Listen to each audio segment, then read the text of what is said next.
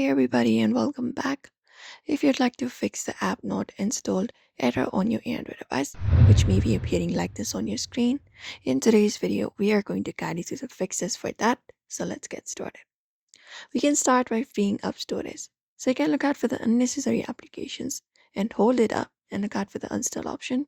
Or if there's any kind of unnecessary files, you can delete those and clear up space on your device enough for the application to be installed or restart your phone. So hold the power button for that and look out for the restart option on your screen and tap on it. Confirm it up because a simple reboot should fix many temporary glitches. You may just go ahead and do so.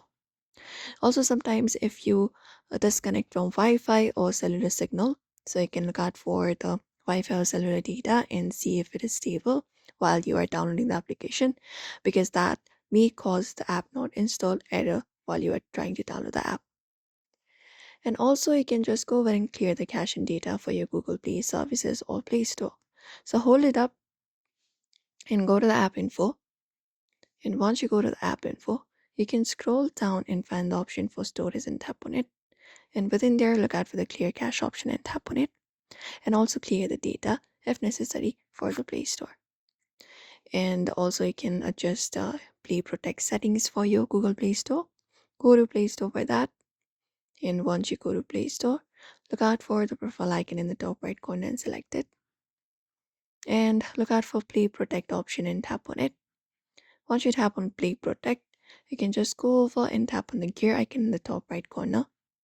And then you can turn off the option of scan apps with Play Protect and improve the harmful app detection. You can turn it off and then try installing the application again.